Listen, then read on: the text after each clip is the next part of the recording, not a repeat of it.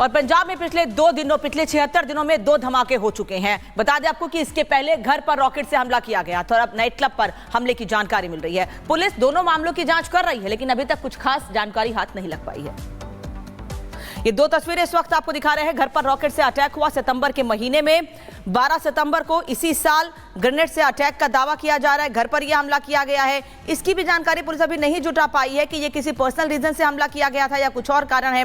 वहीं दूसरी ओर 26 नवंबर यानी कल की तस्वीर आपको दिखा रहे हैं, जब ये हमला हुआ है, ये नाइट क्लब पे ये हमला हुआ है। बता दें आपको आज की तस्वीर, माफ कीजिएगा, जब नाइट क्लब पर ये हमला हुआ है और उसके बाद पुलिस पूरे मामले की छान कर रही है। चंडीगढ़ के क्लब में यह धमाका हुआ है। हालांकि चंडीगढ़ या पंजाब में धमाकों का कोई पहला मामला नहीं है। इसके पहले इंटेलिजेंस दफ्तर पर भी हमला किया गया था, तब भी रॉकेट अटैक ही किया गया था। करीब 1.5 साल पहले यह मामला सामने आया था और अब चंडीगढ़ में नाइट क्लब में हमला और उसके पहले इसी साल सितंबर में एक घर पर रॉकेट से हमला किया गया।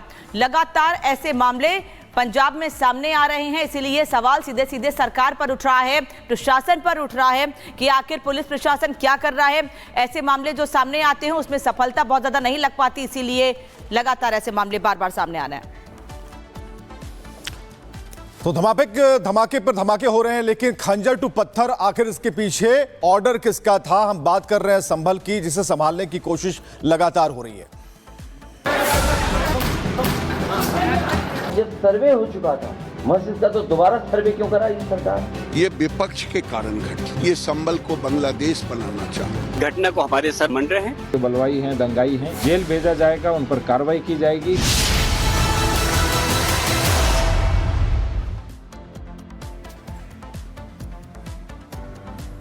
तो संभल हिंसा का सूत्रधार कौन था, इसका पता लगाया जा रहा है और सबसे बड़ी बात कि एफआईआर अब दर्ज कर लिए गए हैं, कई नामजद आरोपी बनाए गए हैं और इसके पीछे जांच जारी है।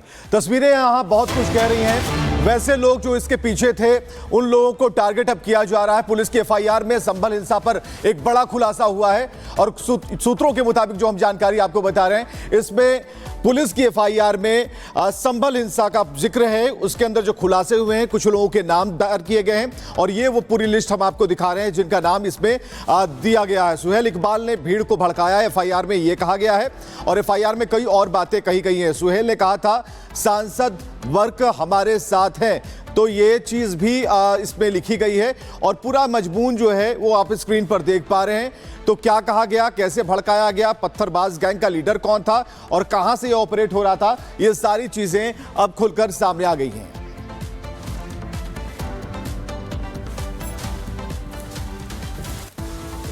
तो लगातार देखिए पुलिस का एक्शन जारी है और जानने की ये कोशिश कि आखिर कौन है संभल हिंसा का मास्टरमाइंड। आपको बता दें कि जहां पर हिंसा हुई थी वहां पर अभी शांतिपूर्ण स्थिति बनी हुई है, क्योंकि लगातार पुलिस का वहां पर फ्लैग मार्च देखने को मिल रहा है। लेकिन अब पुलिस कोशिश ये कर रही है कि उन आरोपियों तक पहुंचा जाए जिन्होंने संभल को अशांत करने की कोशिश की है। किस तरीके से अब पुलिस पूरे मामले को लेकर कार्रवाई कर रही है, एक्शन कर रही है, इसकी हर एक जानकारी हम आप तक पहुंचाएंगे। लेकिन अभी भी बड़ा सवाल ये है, क्योंकि जैसे जैसे देखिए इस पूरे मामले को लेकर तस्वीर सामने आ रही है हिंसा की, उसने कई सवाल उठा दिए हैं। एक बार आपको रिपोर्ट के जरिए पूरी जानकारी विस्तार से बताते हैं कि हिंसा के बाद अभी संभल में क्या हालात बने हुए हैं।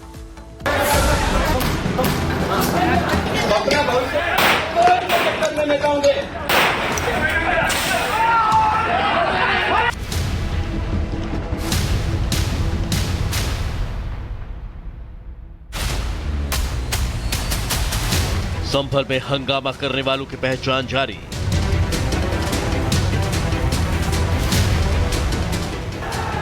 बवाल, पथराव, हिंसा, आगजनी की घटनाओं को तो पुलिस ने कुछ ही घंटों में खत्म कर दिया, लेकिन संभल को सुलगाने वालों की पहचान और उन पर एक्शन का काम अब भी जारी है। दरअसल रविवार की सुबह कुछ लोगों ने ऐसी साजिश रची कि पूरा संभल जल उठा।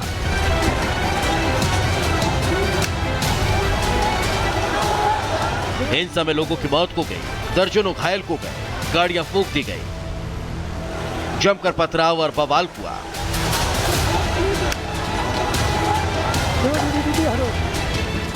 पुलिस के जवानों को भी चोट आई। पुलिस के रडार पर अब ऐसे ही लोग आ गए हैं जिन पर इस पूरे घटना के लिए लोगों को भड़काने और हिंसा की साजिश का शक है। और जैसे जैसे मामले निकलते जाएंगे, साक्ष्य इकट्ठे होते जाएंगे, सबसे जो सख्त कार्रवाई हो सकती है वो करेंगे। इसमें जरूरत पड़ी तो NSA भी लगाएंगे। पुलिस ने इस मामले में अब तक कुल 7 अलग अलग मामले दर्ज किए हैं, जिनमें 3500 से ज्यादा लोगों के खिलाफ केस दर्ज किया गया। पुलिस ने दंगे से जुड़े अलग अलग मामलों में 37 संदिग्धों को नामजद किया है। अब तक 2 दर्जन से ज्यादा दंगाइयों को गिरफ्तार किया गया, जिसमें 3 महिलाएं भी शामिल हैं। दंगाइयों और उनके आकाओं की तलाश में लगातार छापेमारी जारी है। संभल पुलिस की जांच के अनुसार कुछ ऐसे लोग हैं जिन्हें पुलिस इस पूरे मामले को संदिग्ध मान रही है। इन संदिग्धों में सबसे पहला नाम है जामा मस्जिद के सदर जफर अली का। जफर अली से सोमवार को पुलिस ने घंटों पूछताछ की थी। आरोप है कि जफर के बयानों से लोग भड़क गए। वहीं पुलिस ने स्थानीय सांसद जियाउर रहमान बर्क के खिलाफ भी केस दर्ज किया है। स्थानीय विधायक इकबाल महमूद के बेटे सुहेल इकबाल का नाम भी FIR में दर्ज है।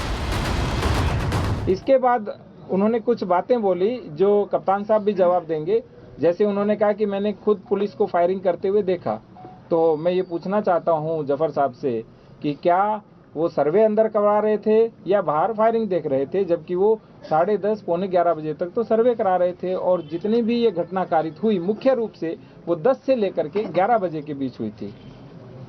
इसके बाद जो आगे उन्होंने कहा कि जब उन्होंने जफर साहब ने कहा कि पुलिस असली हथियार चला रही थी अपने। फिर दोबारा उन्होंने कहा पुलिस तमंचे चला रही थी। उसी बयान में जो अभी लाइव इन्होंने दिया, वो तीसरी बार उन्होंने बोला कि मुझे नहीं पता कि पुलिस कौन से हथियार चला रही थी। आप सोच के देखिए, कोई एक ही व्यक्ति एक ही पूरी लाइव के अंदर 3 तरह के स्टेटमेंट दे रहा है जो परस्पर विरोधाभासी है। आपको बता दें कि पुलिस प्रशासन की जांच में इस हिंसा को लेकर कई तरह के सवाल खड़े हो रहे हैं, जिनका जवाब तलाशने की कोशिश हो रही है। क्या एक दिन पहले की हिंसा बवाल की तैयारी कर ली गई थी? सर्वे के दौरान सुनियोजित अफवाह कैसे फैलाई गई? चंद मिनटों में हजारों लोग कैसे जमा कर लिए गए? पथराव के लिए पत्थर रोड पर कैसे जमा किए गए? क्या नकाब लगाकर पहले से की हमले की साजिश थी? इलाके के सारे CCTV तोड़ने की प्लानिंग किसकी थी? दहशत फैलाने के लिए पुलिस पर हमला करना क्या एक रणनीति थी? स्थानीय नेताओं ने हिंसा रोकने के लिए क्या किया? फायरिंग हिंसा के लिए अवैध हथियार किसने मुहैया कराए? उनको मैंने बोला कि आपकी बात अगर लोग सुनते हैं तो आप मेरे साथ चलिए और भीड़ से एक बार मैंने अनुरोध कर लिया, मेरी नहीं मान रहे हैं, हो सकता है आपकी मान सकते हैं। तो उन्होंने बोला सर मुझे पत्थर से डर लग रहा है, मुझे हेलमेट चाहिए। मैंने कहा हेलमेट भी दिलवाते हैं। उनको हेलमेट भी दिलवाया गया। उनको अकेले भेजा उस हुड़दंगी भीड़ के सामने। उन्होंने उनके ऊपर भी पत्थर चलाए। जब उनके ऊपर पत्थर चलाए तो वापस आए, बोले सर मैं इनको काबू में नहीं कर सकता। तो उसके बाद में वो तुरंत ऊपर वापस चले गए अपनी मस्जिद की तरफ, अपने घर की तरफ। आपको बता दें कि हिंसा के दौरान पुलिस पर बड़े सुनियोजित तरीके से हमले किए गए। भीड़ का टैक्टिक अटैक देखकर अफसर भी हैरान रह गए। जामा मस्जिद के आसपास जिस तरह से हमले किए गए उसके पीछे सधी हुई प्लानिंग का शक है।